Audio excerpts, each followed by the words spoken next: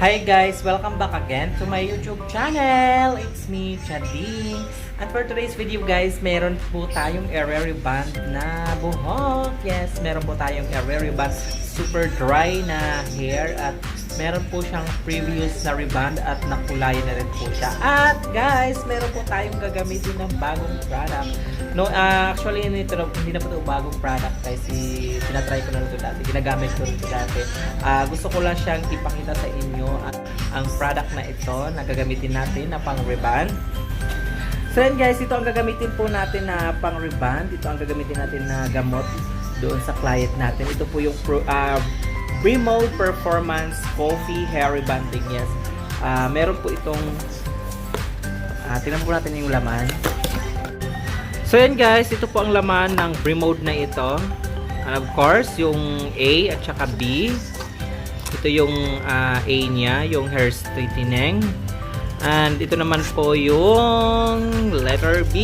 Ayan, yung neutralizer. So yan guys, let's get started na.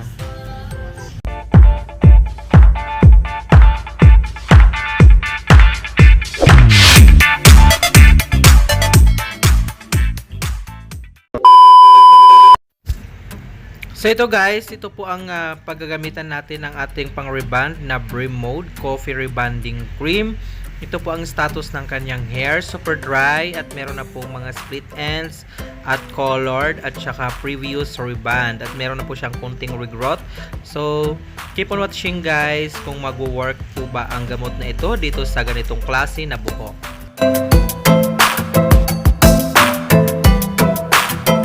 So ito na guys, ito na ang gagamitin natin na pang rebond, yung Bremod na Coffe Hair Straightening or Coffe Rebonding. So ayan, ilalagay lang po natin siya dyan sa bowl natin. At syempre guys, huwag kakalimutan ang ating air cups at saka yung applicator.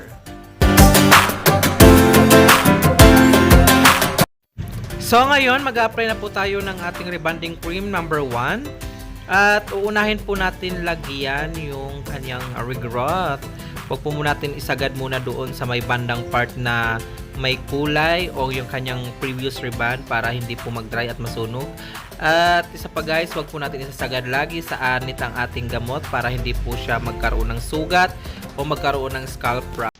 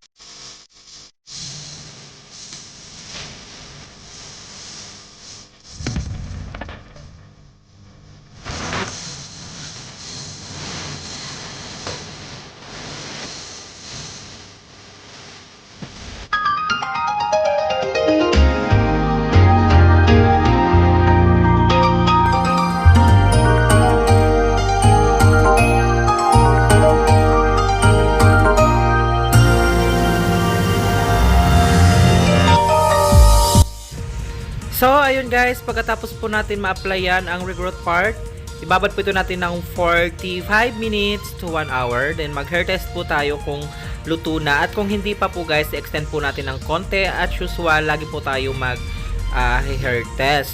At kung luto na po yung parts doon sa taas, saka naman po natin ibaba dito sa parts na may color o ang kanyang previous na rebond.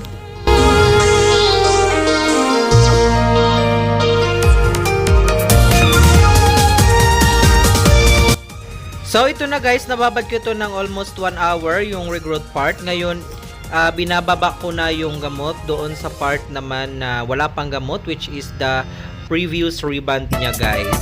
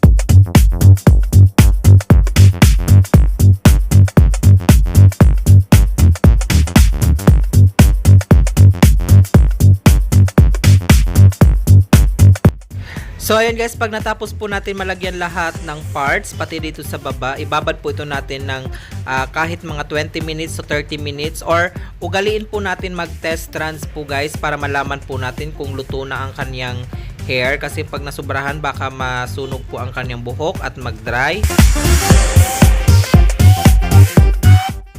Pagkatapos po natin maibabad lahat, ayan, banlawan na po natin at i-blower po natin ng tuyong-tuyo at i-follow na po natin ang pagpaplansya sa buhok ng ating kliyente.